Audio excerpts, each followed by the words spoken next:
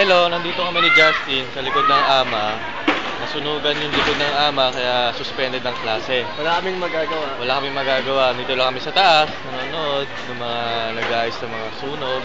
Habang naawa. Ayan, gusto nyo makita. Ayan yung mga sunog. So, bale, nasunog yung likod.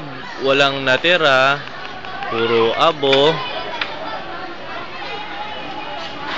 Dito hindi nyo masyado makita kasi nakaharang yung ano eh. Pero sunog dyan. Yan, ito yung likod. Yan, sunog lahat yan.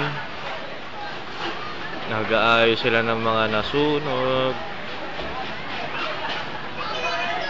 Ayan.